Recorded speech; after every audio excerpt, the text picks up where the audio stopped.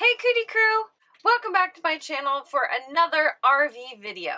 If you're new to my channel, we have lived in an RV full-time for over 5 months now, so we're still pretty new to RV life. My last RV video was about some of the top 5 adjustments that we had to make in order to adjust to RV living, and one of those was cleaning. We have a 27-foot Class C RV, and we have 2 adults, 1 dog, and 1 bird who all live here harmoniously. But that's a lot of bodies sharing one space, making a lot of mess. Overall, it is still a lot less cleaning than in a full-size house. The difference is that we clean really often. In such a small space, mess and clutter just happen really fast, so to stay on top of it, we do clean every single day.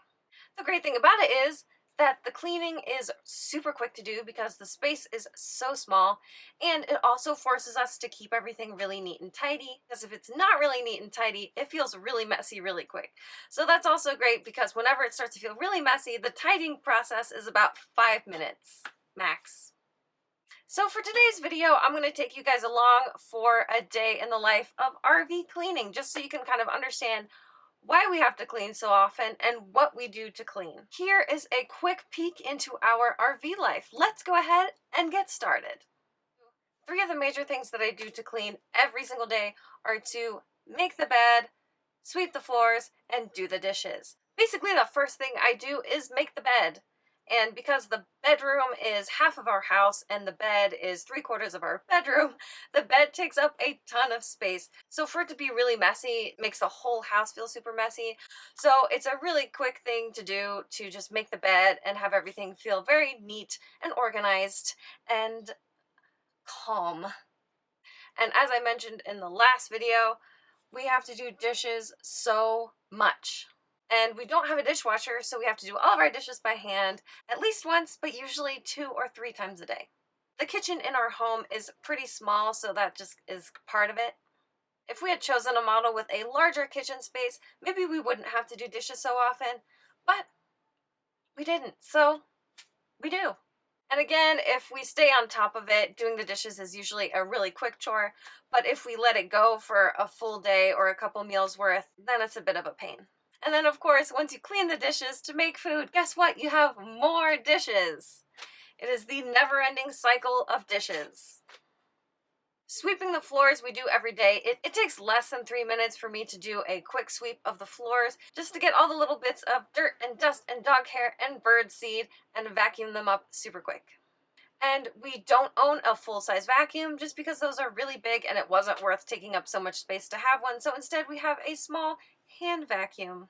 And we have a Swiffer tool, which we use for both dry sweeping and wet mopping. For the dry sweeping, we just fold a hand towel over the end and use that to sweep up all of the gunk. And then we can easily take that off and use wet wipes for wet cleaning the floor. When I do wet mop the floor, I only do that once a week, and I go through a couple pads because it's really gross. So sweeping really takes almost no time at all, but if I miss a day, it's definitely gross. And in such a small space, it just gets everywhere, like onto the bed sheets or onto the couch or like all over our socks. So that one is the most important, in my opinion, to stay caught up with, is keeping the floors clean. And with such limited floor space, stuff builds up on the floor really quickly. But also with such limited floor space, it's really quick to clean. There are also some parts of cleaning that I do more like once weekly and not every single day. So I already mentioned wet mopping the floor, but also taking care of the tanks. The last thing we want is for our home to smell like a porta potty. And so far, the most recent thing we've tried has been the best at keeping that odor down in the tanks. So we just mix a scoop of this stuff along with a bunch of water, flush it down the toilet, and let that sit in there until we dump it. Another thing that I do weekly is clean all of the countertops everywhere, along with the sink and around the toilet. And again, it's really quick to do. And because we chose the color white, Cleaning the walls and the bottom cabinets is something that I do once a week, maybe every other week, because dirt and stuff, mostly from our adorable pup Stark, will accumulate all along the bottom portion of the wall and the cabinets. So I just take a damp cloth and wipe that off, and we're done. And we do laundry once a week as well. And because we have a bird, we also have to take care of cleaning his cage a couple times a week. And the final thing to do is just go around and tidy everything up. I just try to clear off all of the surfaces, and anything that can be put away, I put away. And with the limited amount of storage space that we have, everything is organized to a T.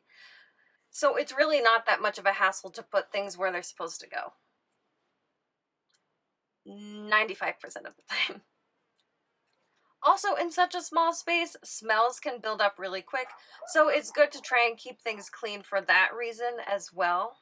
And we keep all of our laundry tucked away into our drawer to try and keep the smell from getting into the entire house. I keep my running shoes outside.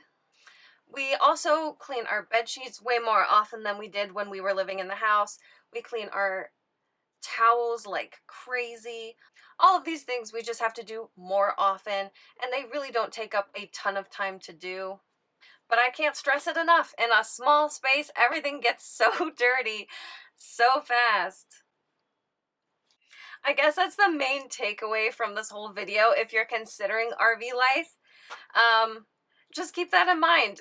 You're going to be amazed at how dirty it's going to get and how fast.